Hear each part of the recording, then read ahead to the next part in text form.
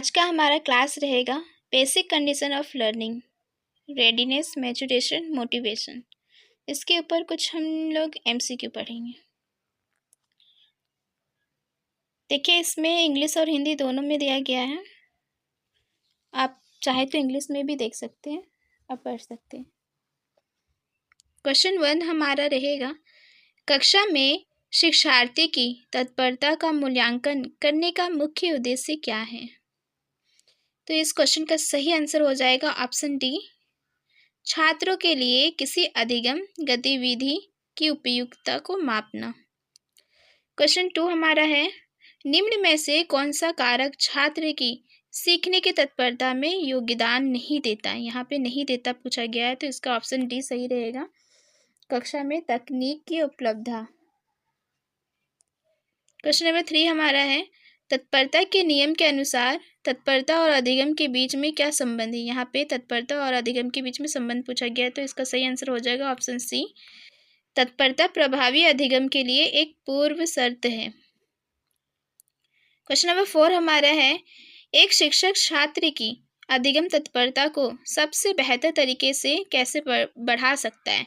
यहाँ पे शिक्षक छात्र की और जो सीखने की जिज्ञासा है उसको किस तरह से बढ़ा सकता है, ये पूछा गया है।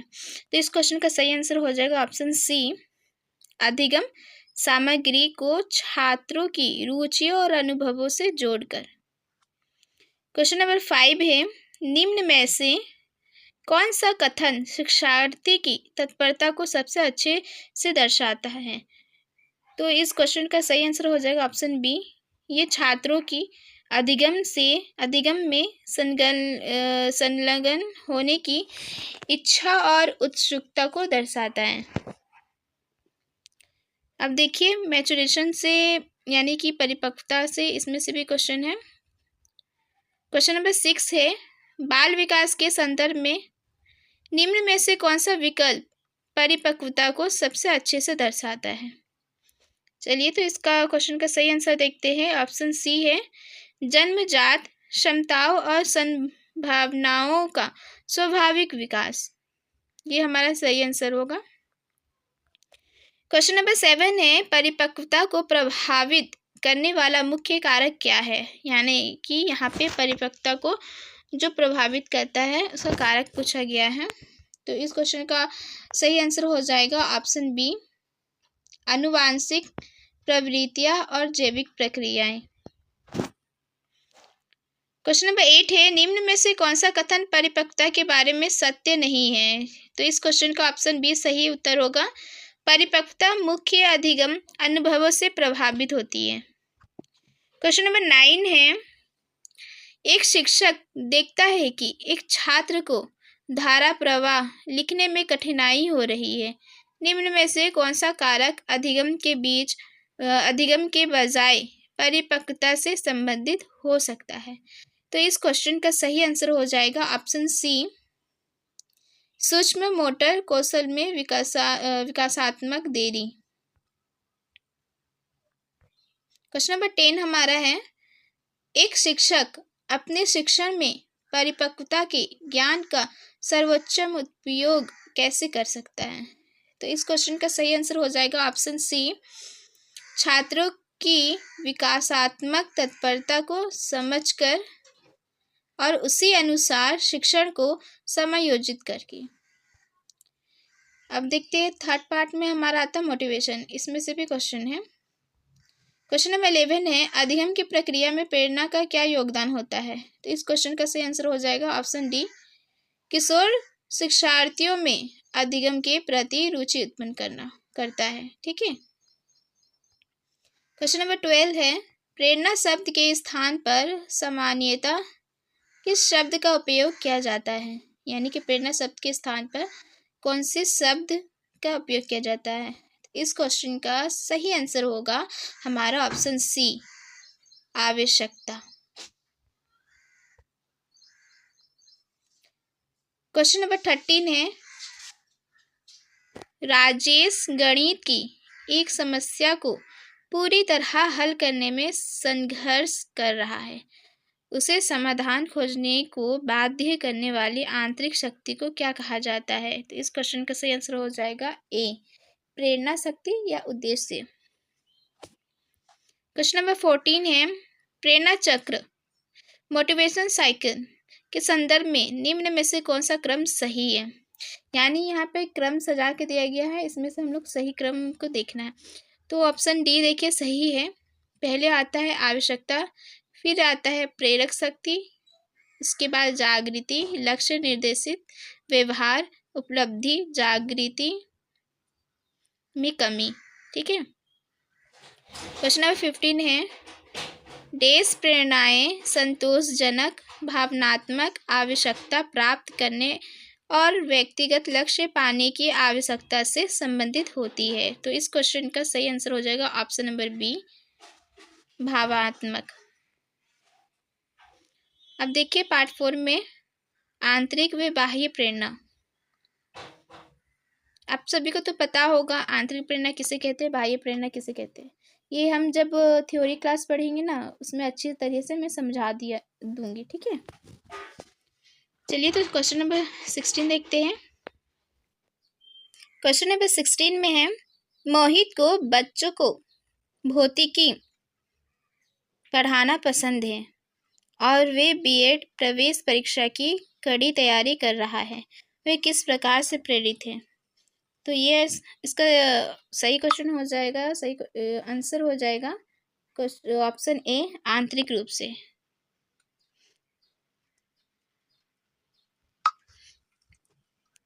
क्वेश्चन नंबर 17 है हमारा, एक छात्र मेडिकल कॉलेज में प्रवेश के लिए कड़ी मेहनत करता है, इस छात्र को किस प्रकार प्रेरित कहा जाएगा? तो इस क्वेश्चन का सही आंसर हो जाएगा ऑप्शन बी, बाह्य रूप से। क्वेश्चन नंबर 18 है, छात्रों को आंतरिक प्रेरणा के साथ कार्य करने के लिए शिक्षक को क्या कहना चाहिए? तो इसका सही आंसर बी हो जाएगा, कोशिश करो तुम सीख जाओगे। यानी कि यहाँ पे शिक्षक छात्रों को क्या करते हैं, मोटिवेट करते हैं, प्रेरणा करते हैं, प्रेरणा देते हैं। ठीक है।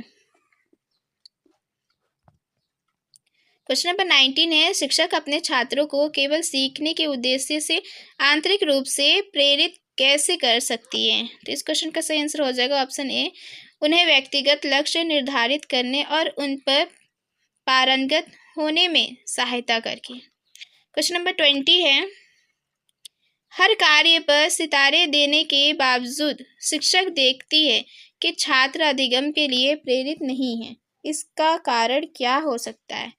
तो क्वेश्चन नंबर 20 का सही आंसर हो जाएगा ऑप्शन डी, केवल पुरस्कार ही रुचि और दीर्घकालीन अधिगम की गारंटी नहीं दे सकते। ठीक है। अब देखिए रचनात्मक शिक्षण रणनीतियाँ और सक्रिय अधिगम, इसमें से कुछ हम लोग देखते हैं एमसीक्यू। क्वेश्चन नंबर 21 है, निम्न में से कौन सी विधि रचनात्मक को प्रोत्साहित करती है? तो इस क्वेश्चन का सही आंसर हो जाएगा ऑप्शन नंबर सी, मस्तिष्क उद्वेलन विधि। ठीक है। क्वेश्चन नंबर 22 है, एक शिक्षक छोटे बच्चों को जिन्हें नया विषय पढ़ाया जा रहा है उन बड़े बच्चों के साथ जोड़ती है जो उस विषय को अच्छी तरह से जानते हैं। शिक्षक कौन से शिक्षण विधि अपना रही है? तो क्वेश्चन नंबर 22 का सही आंसर हो जाएगा सी, यानी कि सहपाठी मेंटरिंग, सहयोगी मार्गदर्शन। ठीक है। क्वेश्चन नंबर 23 है, निम्न में से कौन सी विधि छात्रों को व्यवहारिक समस्याओं पर सक्रिय चर्चा में शामिल करने वाली एक शिक्षण रणनीति है? तो इस क्वेश्चन का सही आंसर हो जाएगा ऑप्शन ए, प्रकरण विधि। क्वेश्चन नंबर 24 है, सक्रिय अधिगम एक ऐसी शिक्षण विधि है जो छात्रों को पाठ्य सामग्री में सक्रिय रूप से संलग्न करती है, निम्न में से किसके माध्यम से? इसका सही आंसर होगा भूमिका निर्वाह, रोल प्ले, यानी कि ऑप्शन डी सही आंसर है।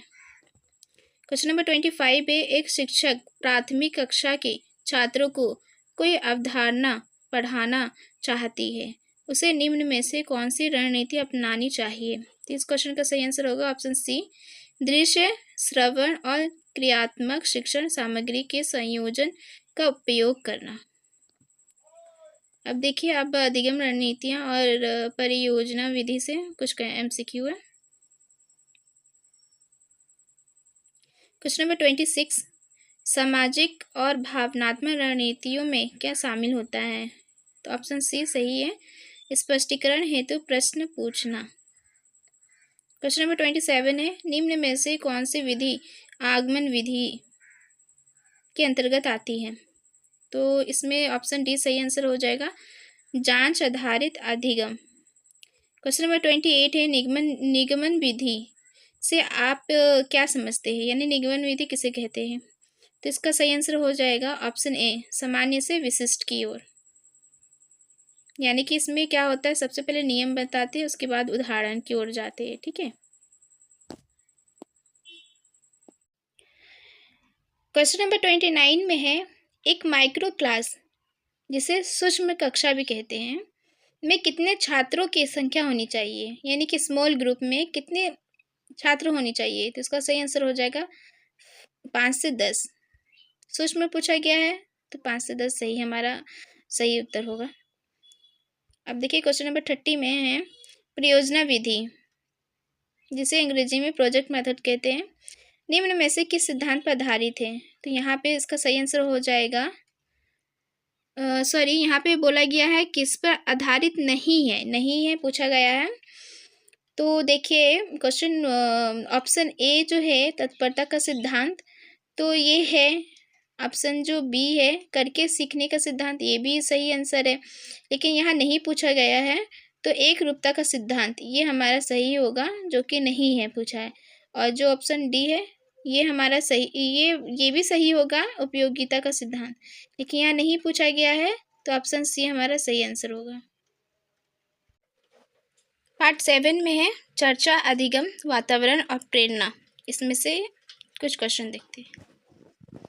क्वेश्चन नंबर 31 है, छात्र विभिन्न दृष्टिकोण प्रस्तुत करते हैं, दूसरों के विचारों पर प्रतिक्रिया देते हैं और अपने स्वयं के विचारों पर चिंतन करते हैं, ताकि वे अपने ज्ञान, समझ या व्याख्या का निर्माण कर सकें। ये किस शिक्षण विधि में होता है?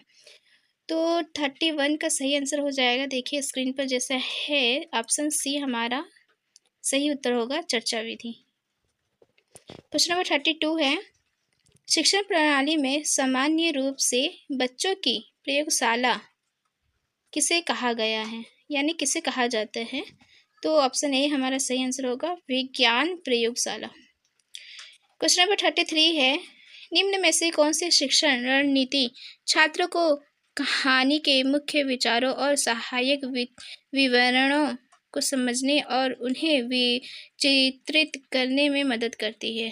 तो 33 का सही आंसर हो जाएगा option A, storyboarding Vidhi. Question number 34 है, एक शिक्षिका चाहती है कि उसके छात्र आंतरिक रूप से प्रेरित हो, वे क्या करेगी? ऑप्शन बी इसका सही आंसर होगा, अंतिम परिणाम की बजाय प्रत्येक बच्चे की अधिगम प्रक्रिया पर ध्यान देगी। क्वेश्चन नंबर 35 है, राजेश एक अत्यधिक पढ़ने वाला छात्र है, पाठ्य पुस्तकों के अलावा वे पुस्तकालय जाता है और विविध विषयों की पुस्तकें पढ़ता है, वे लंच ब्रेक में भी प्रोजेक्ट करता है, उसे परीक्षा की पढ़ाई के लिए शिक्षक या माता पिता की प्रेरणा की ज़रूरत नहीं होती। ऐसे छात्र को किस रूप में वर्णित किया जाएगा? तो इस क्वेश्चन का सही आंसर हो जाएगा ऑप्शन सी, आंतरिक रूप से प्रेरित शिक्षार्थी। अब देखिए, पार्ट 8 में है, प्रेरणा और उपलब्धि, motivation and achievement. Question number 36 से, एक आंतरिक रूप से प्रेरित छात्र के लिए मतलब क्या आवश्यक है? तो इसका सही आंसर होगा ऑप्शन बी, बाहरी पुरस्कार उसे प्रेरित रखने के लिए पर्याप्त नहीं होते। ठीक है।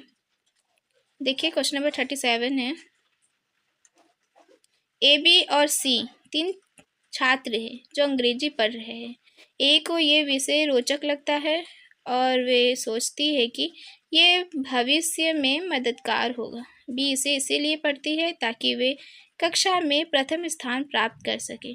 सी केवल पास होने के लिए पढ़ रही है। ए बी और सी के लक्ष्य क्रमशः क्या है? तो 37 का क्वेश्चन का सही आंसर होगा ऑप्शन बी में है प्रवीणता, प्रदर्शन और प्रदर्शन से बचाव। क्वेश्चन नंबर 38 है, वे शिक्षार्थी जो ज्ञान और शैक्षिक योग्यता को बढ़ाने की प्रबल इच्छा दर्शाते हैं उन्हें किस श्रेणी में रखा जाता है? तो इस क्वेश्चन का सही आंसर होगा ऑप्शन ए प्रवीणता उन्मुखीकरण। क्वेश्चन नंबर 39 है, कक्षा में उपलब्धि प्रेरणा को प्रोत्साहित करने के लिए छात्रों को ये सिखाया जाना चाहिए कि वे अपने अच्छे ग्रेड का श्रेय किसे दें? तो इस क्वेश्चन का सही आंसर होगा ऑप्शन ए अपनी कड़ी मेहनत को। अब देखिए पार्ट 9 में है सामाजिक प्रेरणा और कार्य आधारित अधिगम। तो देखते हैं क्वेश्चन 40 में है, छात्रों को स्वच्छता समुदाय का सदस्य बनाकर उन्हें इसके लिए प्रेरित करना किसको दर्शाता है? तो इस क्वेश्चन का सही आंसर होगा ऑप्शन ए प्रेरणा की सामाजिक सांस्कृतिक अवधारणा। क्वेश्चन नंबर 41 है, कार्य आधारित शिक्षण पद्धति में शिक्षक की प्रमुख भूमिका क्या होती है? तो इसमें देखिए ऑप्शन बी सही है, शिक्षार्थियों को कार्यों के माध्यम से सीखने में मार्गदर्शन और सहायता प्रदान करना। क्वेश्चन नंबर 43 है, निम्न में से कौन सा एक शैक्षणिक कार्य का उदाहरण है? तो इसमें ऑप्शन सी सही आंसर होगा, छात्रों का समूह में मिलकर कोई समस्या हल करना। क्वेश्चन नंबर 44 है, कार्य यानी कि टास्क और मूल्यांकन यानी कि असेसमेंट के बीच क्या संबंध है? यानी कि असेसमेंट और आपका टास्क के बीच में संबंध क्या है? तो इसका सही आंसर होगा ऑप्शन बी, कार्य शिक्षण का माध्यम भी हो सकते हैं और छात्र के अधिगम का मूल्यांकन भी कर सकते हैं। क्वेश्चन नंबर 45 है, कौन से शिक्षण विधि सक्रिय अधिगम और छात्र सहभागिता पर जोर देती है? इसका सही आंसर होगा ऑप्शन सी अनुभवनात्मक अधिगम। अब देखिए इसमें क्या है कि पिछले वर्ष से कुछ प्रश्न जो आया था आरएसटी और एसएसबी में वो यहाँ दिया गया है। निम्न में से कौन सा शिक्षण दृष्टिकोण शिक्षक केंद्रित है? ये आरएसटी आर्ट्स 2023 में पूछा गया था। तो इसका सही आंसर हो जाएगा ऑप्शन बी प्रदर्शन विधि। निम्न में से कौन सी रणनीति जब शिक्षक द्वारा अपनाई जाती है तो छात्रों के लिए सबसे अच्छी प्रेरक बनती है? तो इस क्वेश्चन का सही आंसर होगा ऑप्शन सी छात्रों के सहयोग की मांग करना। अब देखिए क्वेश्चन नंबर 48 में दिया है, निम्न में से क्या व्याख्यान विधि की एक कमी है? ये आरएसटी सीबीजेड 2023 में आया था। देखिए इसका सही आंसर होगा ये एक तरफा संप्रेषण है जो छात्रों को सक्रिय रूप करता है। 49 है, निम्न में से व्याख्यान विधि की एक विशेषता लाभ क्या है? ये आरएसटी पीसीएम में आया था 2023 में। इसका सही आंसर होगा ऑप्शन डी सीमित संसाधनों से बड़ी संख्या में श्रोताओं को पढ़ाया जा सकता है। क्वेश्चन नंबर 50 है, कक्षा में विषय वस्तु को विभिन्न तरीकों से प्रस्तुत करने से क्या होता है? ये भी एसएसबी टीजीटी आर्ट्स पीसीएम 2024 में आया था। इसका सही आंसर होगा ऑप्शन डी विविध छात्रों द्वारा बेहतर अधिगम। क्वेश्चन नंबर 51 है, यदि कोई बच्चा बार बार कहानी की किताबों पढ़ना पसंद करता है तो ये किस प्रकार की प्रेरणा है? इसका सही आंसर होगा ऑप्शन ए आंतरिक प्रेरणा, यानी कि बच्चा आंतरिक रूप से प्रेरित है तभी वे बार बार किताब यानी कि कहानी किताबें पढ़ रहा है और उसे वो पसंद है। ठीक है। क्वेश्चन नंबर 52 है, कोई छात्र कक्षा में प्रथम स्थान प्राप्त करने के लिए कड़ी मेहनत करता है, इस मेहनत के पीछे किस प्रकार की प्रेरणा है? तो इसका आंसर होगा ऑप्शन बी बाह्य प्रेरणा। यहीं तक था हमारा